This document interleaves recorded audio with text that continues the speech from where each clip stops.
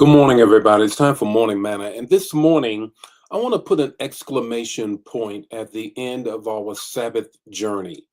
Last week, every Morning Manna was about Sabbath. And yesterday, we celebrated Sabbath in a different kind of way. We all had this packet here and we went in and did those kinds of things. And I got several questions I want to ask you. I did send out a survey. I want to encourage you, please, to fill that survey out. But I want to still lean into that. I want to still lean into that and kind of put an exclamation point at the end of it.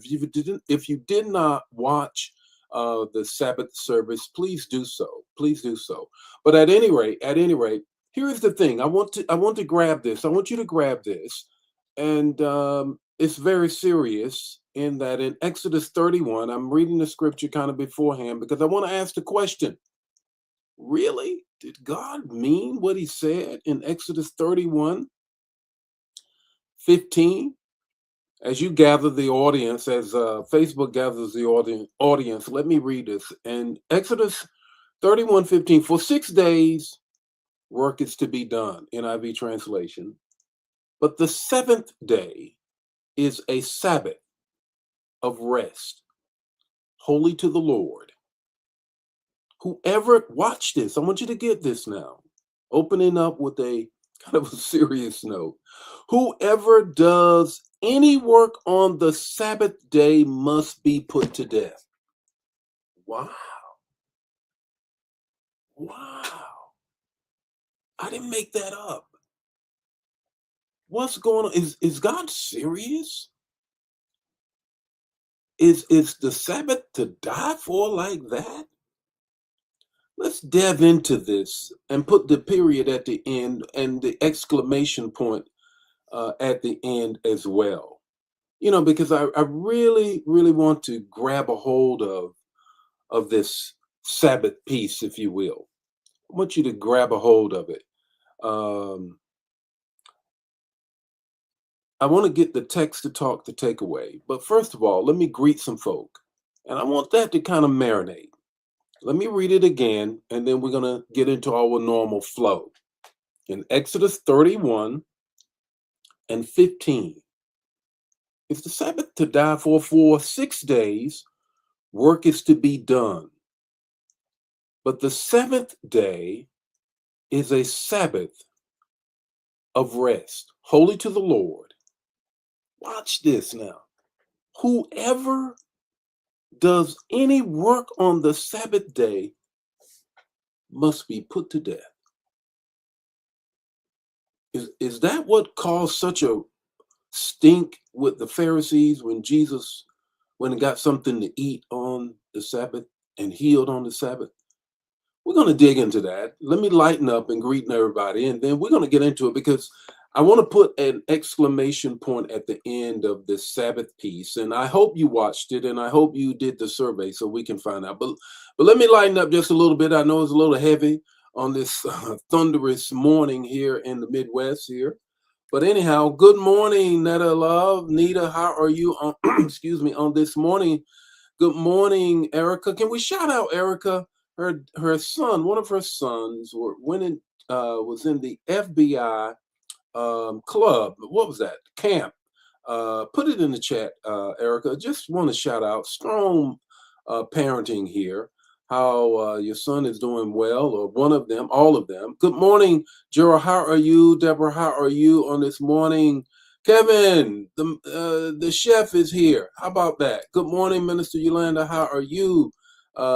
Deacon Joe, how are you on this morning? Netta, you said Sabbath was amazing. Praise God for that. Deborah, how are you on this morning from Porta Planta, the DR? Oh, Lord.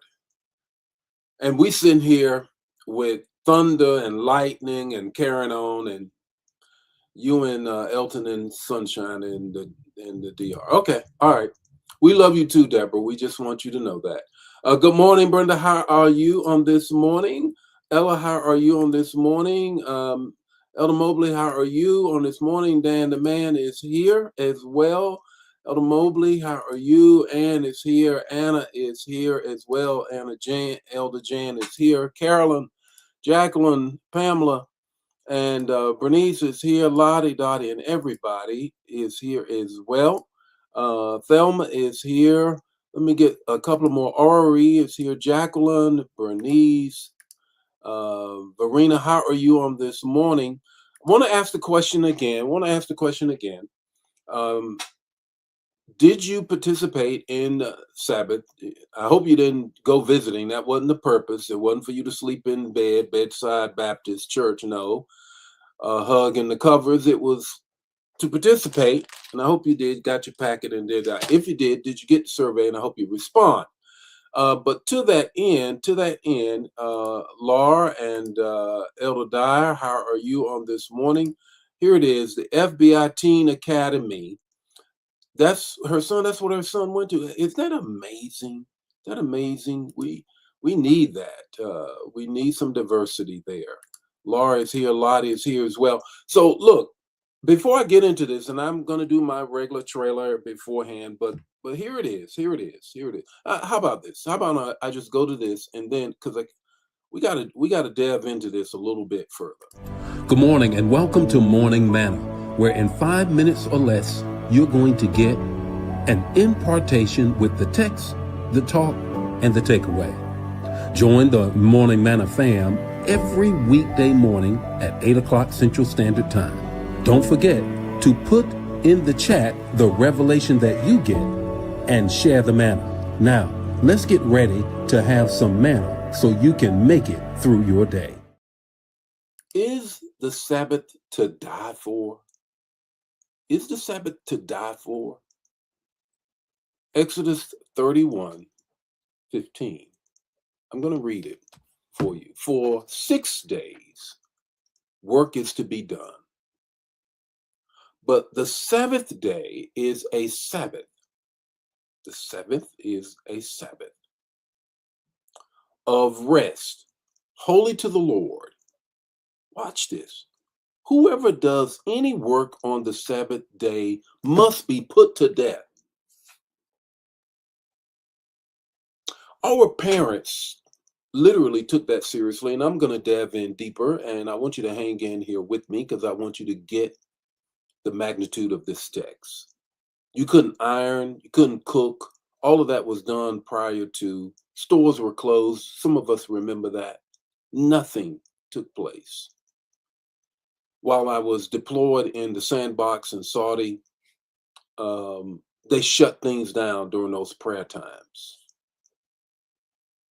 The text says that God will put you to death. Is God serious? Let me give you the context of the text in three things, and we're going to press down into this so we'll understand. At first glance, these verses sound so extreme. Why would God attach such a severe punishment to breaking the Sabbath?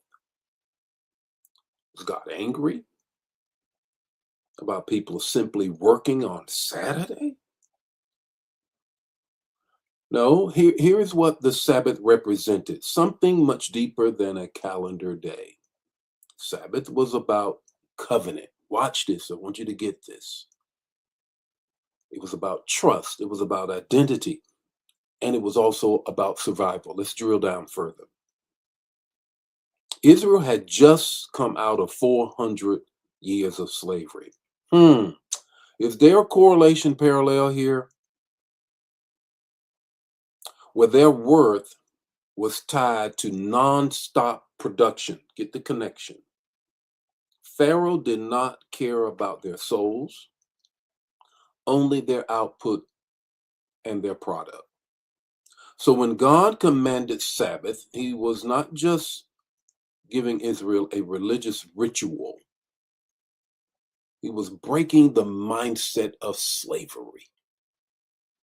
God knew that if his people never learn how to stop, never learn how to rest, never learn how to worship, and never learn how to trust him, the culture of, watch this, the culture of bondage would eventually kill them anyway.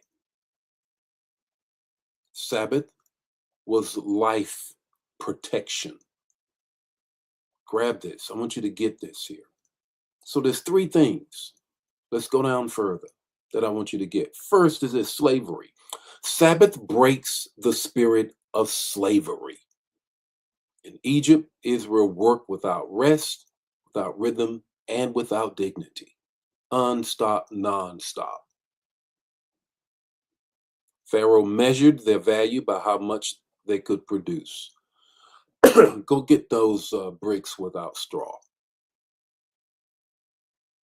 Doesn't it sound familiar? Our culture still rewards exhaustion, celebrates burnout, and glorifies non-stop grind and hustle. I'm raising my hand. Speaks to me. God commanded Sabbath because he never wanted his people living like slaves again. Yeah, living like slaves again. Come on, let's go deeper. That's slavery. Here's two. Survival. Grab this, share this now. This is good stuff. Sabbath was about protecting life, not restricting it or killing it. God understood something we often ignore. People who never rest eventually destroy themselves. People who never rest eventually destroy their families. People who never rest eventually destroy their communities. Look at some of the leadership stuff now. There's a guy that says he doesn't go to sleep. Everybody celebrates the fact that he's up all kinds of night posting. Leaders become emotionally unavailable, marriage becomes weakened, and worship becomes empty, routine. Souls dry out. The death penalty surrounded Sabbath symbolized how serious God was about protecting people from their own self-destruction. You got to survive yourself. Survival, slavery. Here's the third thing. Surrender. Surrender. Sabbath forces us to trust God instead of ourselves. In our own hands, we try to do everything. I'm raising both of mine. Every Sabbath, Israel had to believe that God will still provide even when they stop working. Manna will be there. That is difficult for leaders, difficult for believers, because stopping feels risky. If I stop, who will keep it going? But Sabbath says, God, I trust you more than I trust my grind. The real question of Sabbath is not, can you rest? The real question is, can you trust God? What's your takeaway? A little long, but I want you to get this. God was not trying to kill people over a day off. He was trying to kill the slave mentality that was killing them. God was not trying to kill people over taking a day off. He was trying to kill the slave mentality that would eventually kill them. That's the word this morning. I want you to get this. I want this to sink in. And if you watched Sabbath on yesterday, I hope you did. Please do the manna. And if you didn't, we're going to resend it just so you can get it. It was a powerful message. One I'm literally learning how to apply myself.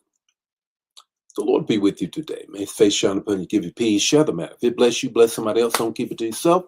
I'll see you tomorrow morning with more morning manna. We're going to shift gears. I thought I'd just put an exclamation point at the end of our Sabbath journey in this way.